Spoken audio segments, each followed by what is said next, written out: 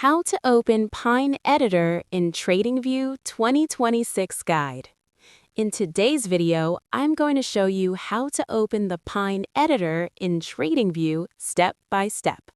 If you want to create indicators or use custom scripts, this is where everything happens. Let's get started.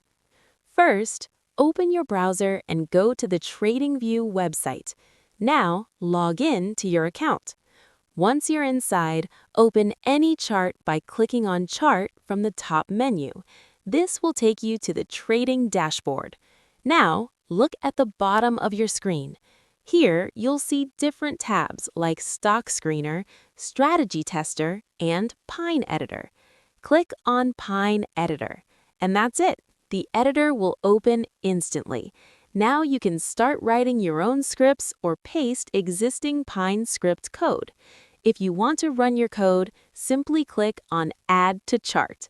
Your indicator or strategy will now appear directly on the chart.